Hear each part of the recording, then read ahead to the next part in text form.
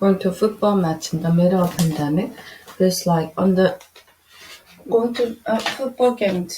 Going to a football game. Going to a football game in the pandemic feels like an undergoing news text in a reality TV show. A pre-match message instructs me to arrive at Hampton Park in Glasgow 3 hours before Scotland kick off against Czech Republic. I must wear a mask at all times. I must take in all food from my microbag into a plastic bag provided by the stadium, and all the catering allowed will be shut. Emergency burgers or cartons of La Pepsi to keep me going. When I visually turn up to the stadium 3 hours early, the crowds are predictably sparked. The pub outside the ground overflow with supporters wrapped in Scotland flag looked like a team territory. But when I suggest to a steward that might go get a drink ahead of the game, a look of concern crosses her kindly face. Be careful which pub you're going to, she said. They will see you coming. What is she referring to? Could it be the Dunce book bag A4 site that I'm clutching? I have given my spare ticket to Rear Scott, my friend Alastair, but he's from Edinburgh, so also not 100% at home in Glasgow. We decide to take the advice and skip the pub. Inside the house, in, inside the stadium, we encounter a fan in the loudest tartan suit I've ever seen, including a tiny tartan clutch bag. I pose for a photo with him, and then he tells me, I had it tailor-made, son. It fits me like a glove. It is not just COVID regulation that made this unique and peculiar tournament. Euro 2020, as UEFA still insists on calling it, has also become sucked into the culture wars. The Asian football team are symbol of the nation, but that is not a straightforward task at a time when national identity is so fiercely contested. For England, for Scotland, the pressing issue is independent. For England, it is race. English football team has decided to take the advice and skip the pub. Skip the pub. National football team has decided to take the knee as a protest against racism. But each time they do it, they are booed by a significant section of their own supporters. Even the government seems uncertain about how to respond. After hesitating for a while, Boris Johnson, Prime Minister, condemned the booing and urged fans to get behind the team, but two members of his cabinet, Jacob Rees-Mogg and Priti Patel, have defended protests, with Rees-Mogg suggesting that the protesters aren't expressing racism but condemning the masses of Black Lives Matter movement. Patel, Britain's Home Secretary, has accused the player of indulging in gesturing politics. Players from the England team, whose pre-game press conferences are normally confined to discussing tactics, injuries, and the atmosphere inside the camp, and now being asked to react home security. It would be natural to assume that cabinet ministers are better at politics than footballers, but the Johnson government has reason to be worried of the clash with the England team. Last year, it went down to an economic stipend when it took a Marcus Rashford over the extension of free school meal for poor families. For poor families. Poor families. Manchester United and England forward mobilized a million signatures behind the petition and forced the Johnson government to change tack.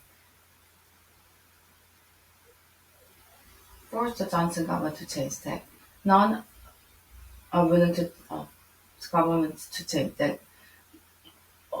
Forced the government, include Barack Obama, including a Zoom call with Obama, while plenty of tourists are prepared to grumble with the way investment. None are willing to take him in public. The culture wars over football are not just happening in Britain. When the multiracial Belgian team took the knee Russia ahead of their opening game, they were also booed by the crowd. Doubtless the Russians also protesting against Marxism. Viktor Orban, Prime Minister of Hungary, one of the host nations for Euro 2020, had defended fans who were visiting team to take the knee, saying that Hungarians see the gesture as a provocation. Orban is himself a right-wing provocateur who has become a hero to the Trumpist right in America by issuing frequent warnings about the alleged dangers Europe being flooded by Muslims.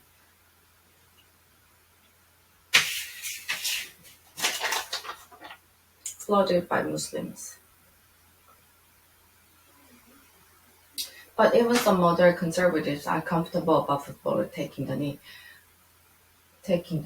One prominent Tory thinker laments to me that football has been a political sport, but now the national team has become a source of division. I can see what it means. This year's tournament inevitably brings back memories of Euro '96, when England also played their games when England also played their games at Wembley, and the whole country did seem to get behind the team in an uncomplicated sort of way. Back then, packed the stadium, all joined in the singing of the Lions. Football's coming on.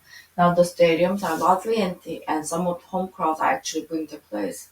By somebody who has been to many England games, I know that the team was never mixed up with the politics or race is an illusion. England games have always attracted a substantial number of hooligans and far-right supporters whose pre-games whose trademark chant is "No surrender to RA." At the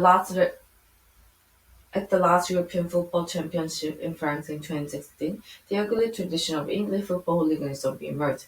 When I remarked that another friend that I didn't particularly enjoy being caught up in a riot. Outside a bar in Marseille, I was told curtly, "If you don't like it, you should stay at home and watch the game on television." Football ground in 1970 was also where I saw the most overrated team that I ever witnessed. It was routine to see black players bark by blues and monkey noises. The football authorities and commentators were silent about this for many years. So if the current nation sides want to make a statement about racism, it is hard to accuse them of bringing politics into an political space. The politics, particularly the racial politics, have always been there. The identity issues are rather different for Scotland. Euro 2020 comes as the Scottish government is ramping up demand for a second independent referendum. This is the first major internet tournament the team has qualified for since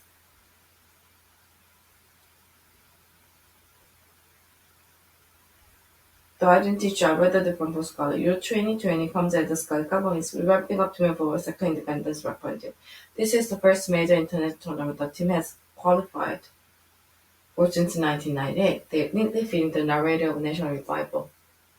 Neatly fit the narrative of national revival. Arriving in Scotland for the Scotland side that lined up to play for the Arriving in Scotland for the first game of the tournament, I find the local paper full of optimism.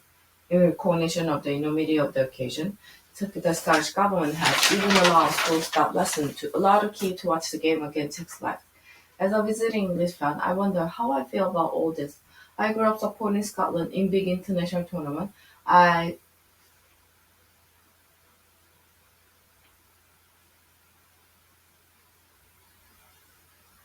I had little option since England failed to qualify for the World Cup in 1974 and 1978. But British identity was less complicated back then. Pack the stadium. The anthem back then. The British identity was less complicated back then. The anthem played for the Scotland side that lined up to play Brazil in 1974 was "God Save the Queen," although to recording on that show, the Scottish player looking particularly delighted.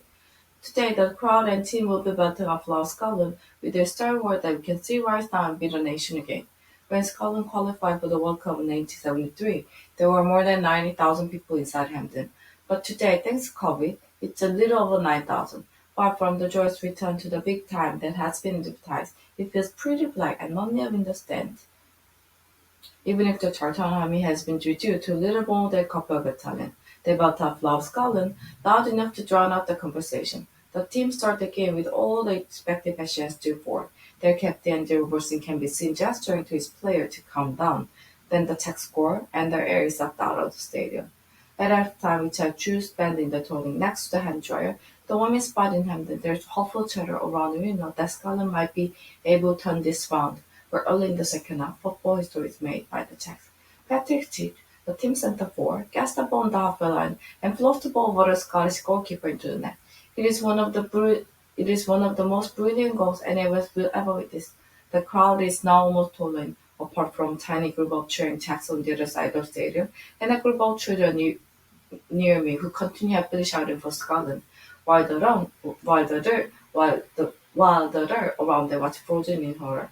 After the match, Alastair reminds me that Scottish fans are used to bitter disappointment. Making the national football team a symbol of the nation is a double-edged sword. We imagine them scoring wonderful goal and celebrating the fan. But what if your goalkeeper floundering on his back and tangled up in the net? Euro 2020 already delivered humbling setback for two football mad public leaders. Orban gave permission for capacity crowd to attend Hungary's opening game in Budapest against Portugal, only to see the nation side lose 3-0 with Erdogan, president of Turkey, traveled to Azerbaijan and sat in a place of honor next to Azer president, from where he was able to see Turkey go down to a 2-0 defeat against Wales. England fans also have a habit disappointing their most ardent fan. The side often portrays as embodiment of what we like to believe are national characteristics: courage, calmness, and pressure.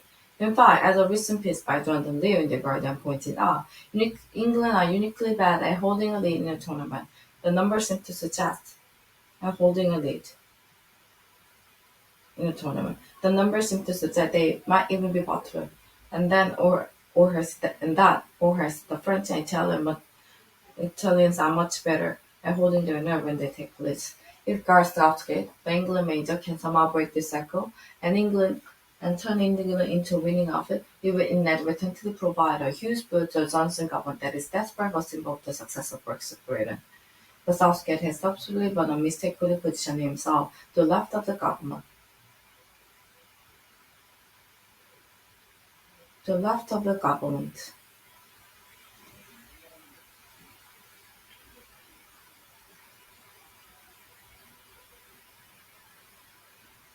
To the left of the government. The leads a multiracial team. The left of the government taking the knee. He leads a multiracial team and has reluctantly defended the rights to make statements other than football. On subject other than football. It has become accepted wisdom culture wars always work better for the right than the left. But football may be an exception. All polls taken across Europe before 2020 showed 54% of English football fans for taking the knee with 39% opposed. If the England team keep winning, the number in favor may rise along with the team's popularity. For once, the right may find itself on the wrong end of the culture war. For the duration of Euro 2020, I will care much less about who wins the culture war than who wins the tournament. For Scotland, Euro 2020 began with a different defeat. England defeated and reliably at the Scot, though slightly later in the day. On the other hand, this is a real tournament. This is taking place in the middle of pandemic, and stadiums are quarter full, and playing half